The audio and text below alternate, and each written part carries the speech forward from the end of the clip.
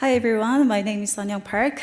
While Shafari talks about what patients do for other peer patients, my talk is more about what patients do for themselves. So this can feel more like an individual combat.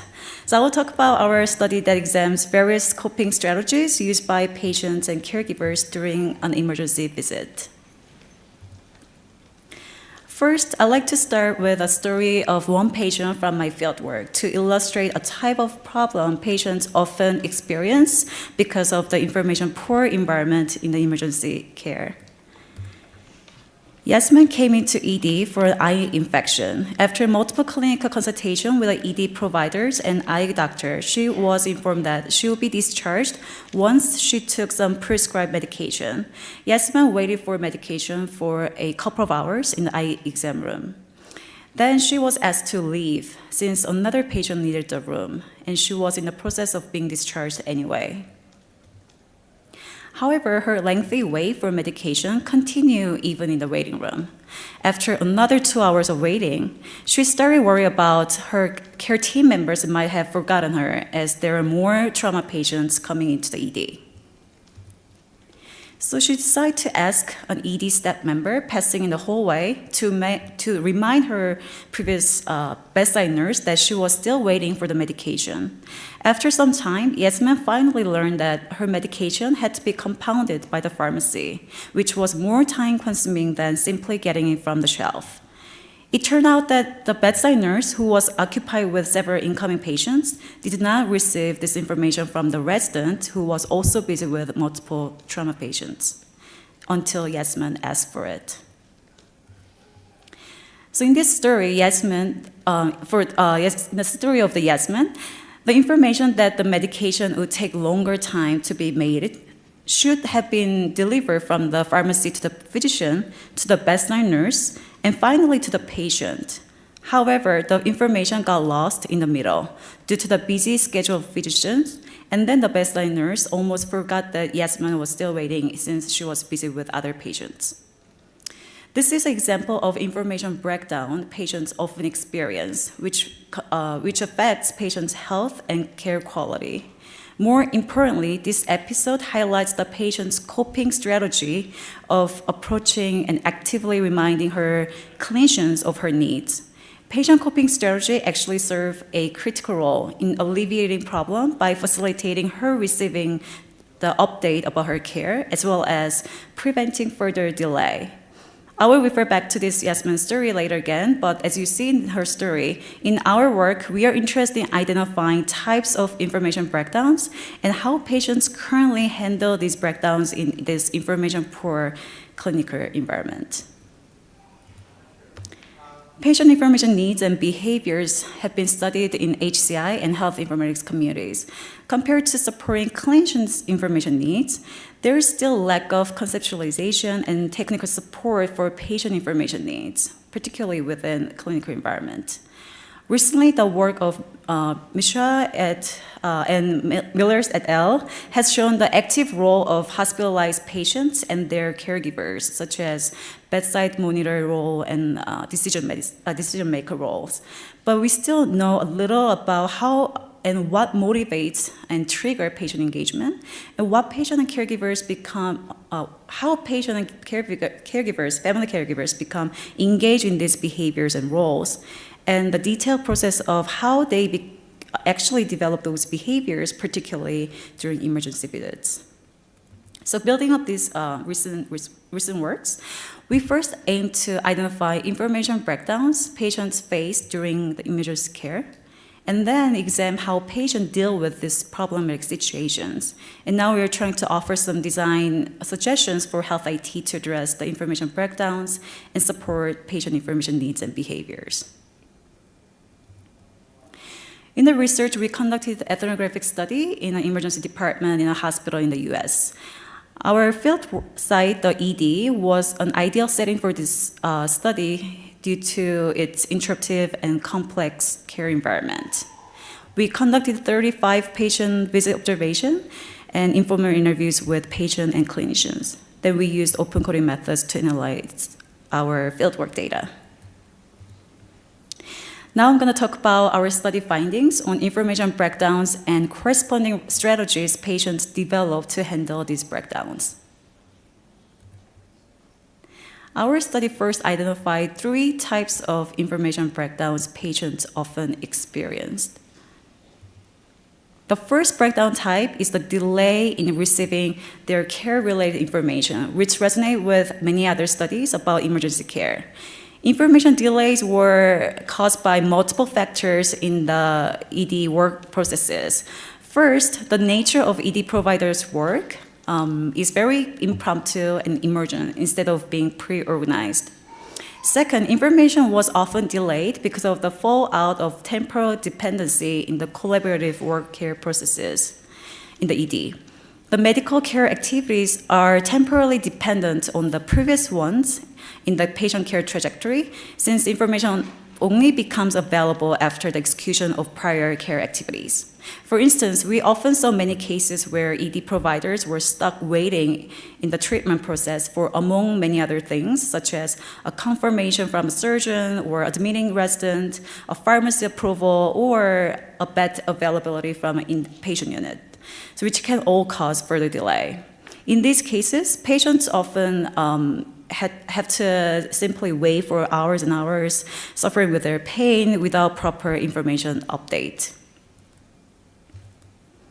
To cope with this information delay, many patient participants proactively follow up for updates on their care to prevent further delay or wait.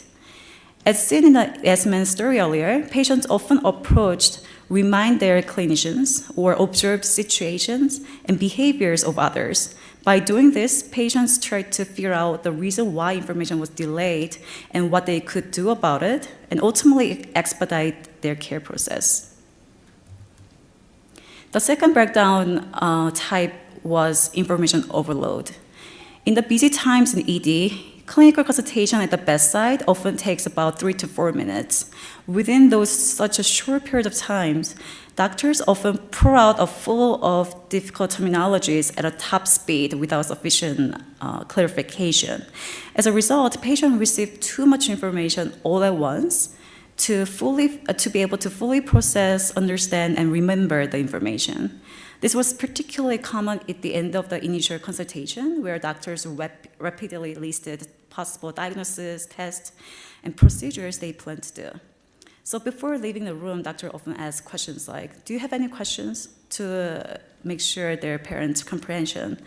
Most patients and caregivers, they're looking blank and sitting there, still processing the information, and not yet at the point of formulating their thought. So like this, patients and caregivers experience a very short and sudden information peak time. To better handle this information overload, many patients develop strategies. They often try to keep records of their care information by asking printouts of images and lab test results, or confirming information details with their nurses. For example, a patient requests to the bedside nurse to write about the names of allergies or procedure information, or look up information related to their diagnosis or visuals of physical symptoms on their smartphones to aid their own comprehension.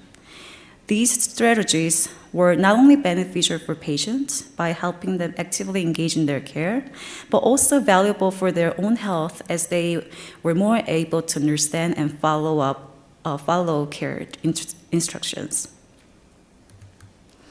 Third information breakdown identified in the study was the issue of having multiple providers.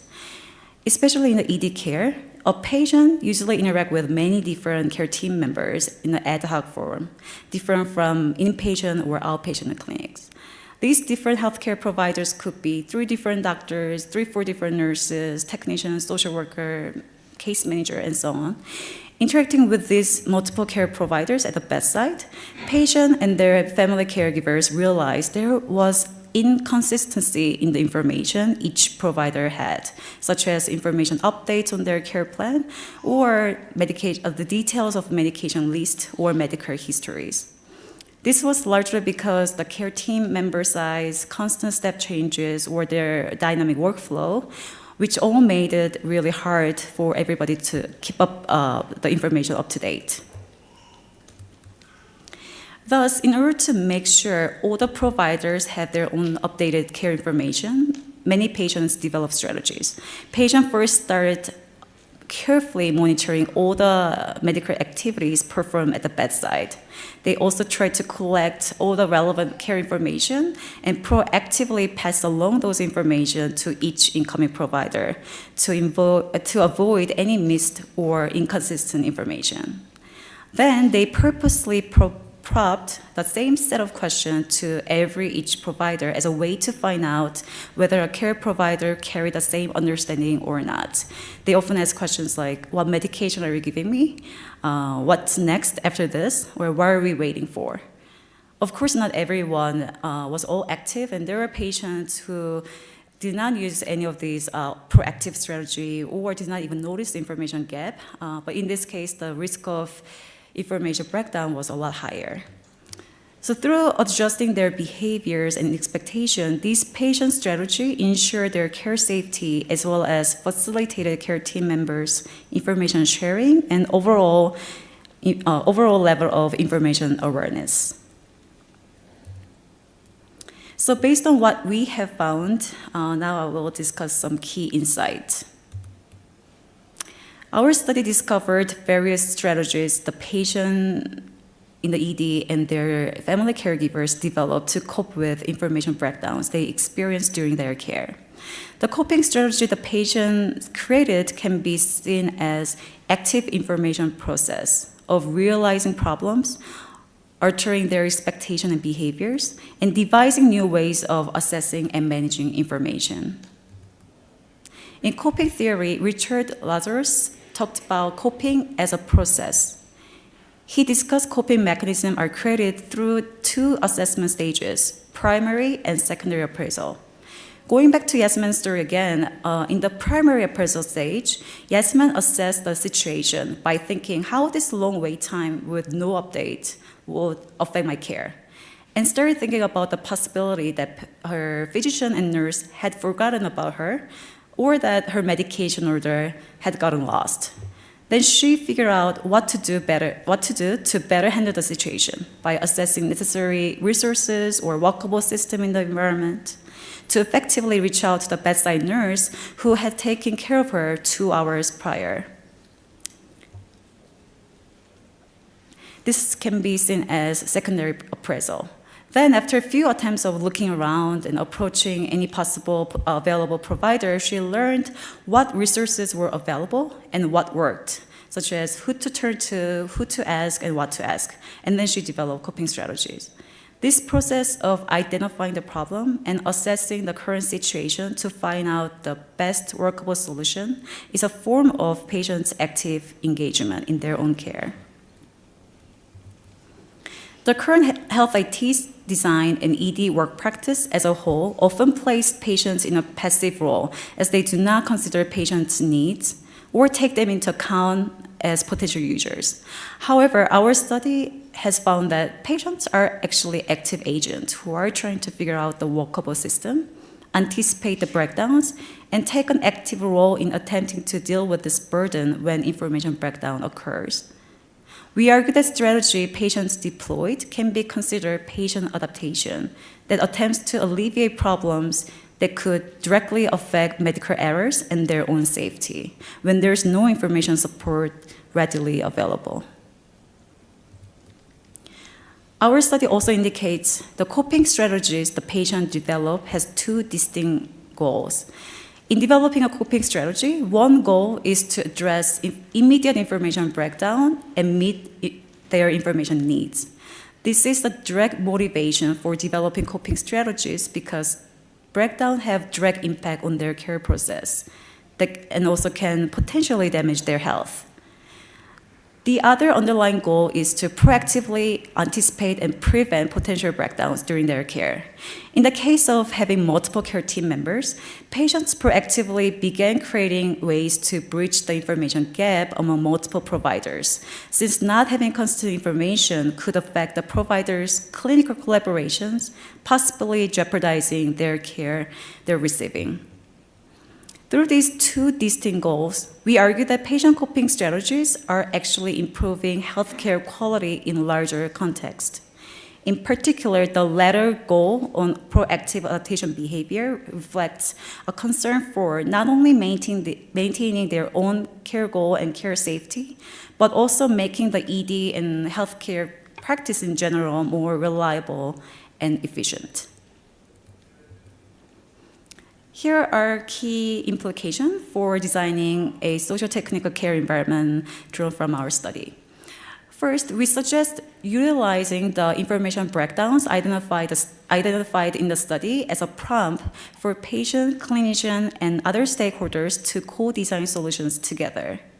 Since information breakdowns are contextual and might not be available, we argue that finding and suggesting ways to facilitate patients to become a better problem solver would be a better approach, rather than taking a conventional approach of simply providing information access for patients through designing a new patient-facing information system. We also argue that the insights on patient adaptation process can inform the design practices of future systems or policies for emergency care or other similar care settings, since the ways the patient reconfigure their care environment can complement design insights in a way that designers might not be able to predict. We finally suggest providing mediatory support to foster better patient adaptation, offering necessary knowledges about the care environment, such as information on how the ED functions, or physical layout of the ED, or patient safety behavior suggestions that are tailored to each patient case.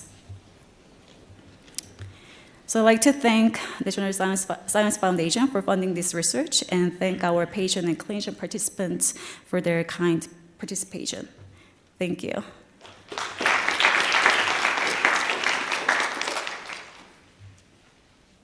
We have time for maybe 2-3 questions. This way.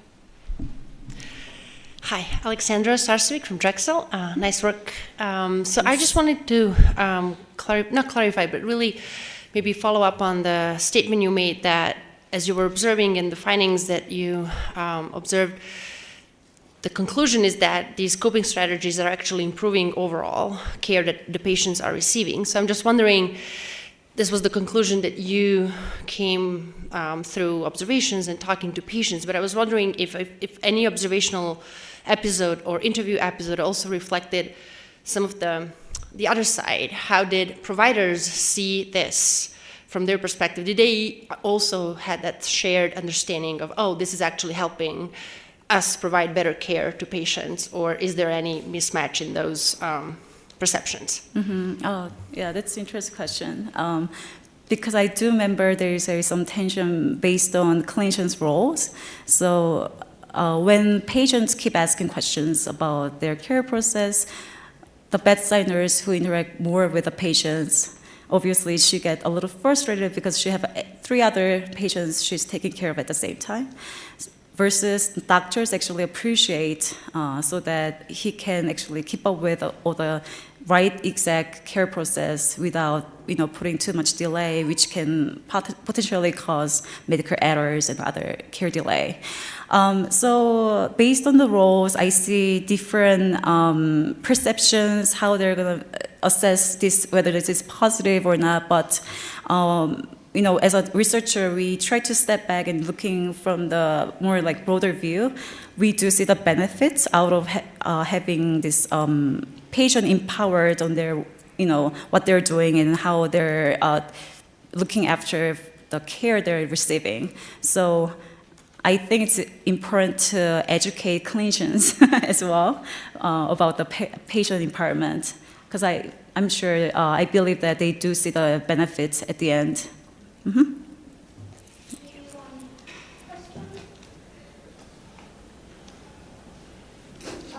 I have a question. So hearing your talk, it really made me worry to visit emergency department, because if I get there, there's too little information, or too much information, or inconsistent information. So I was wondering, and we don't have any systems to support at the moment.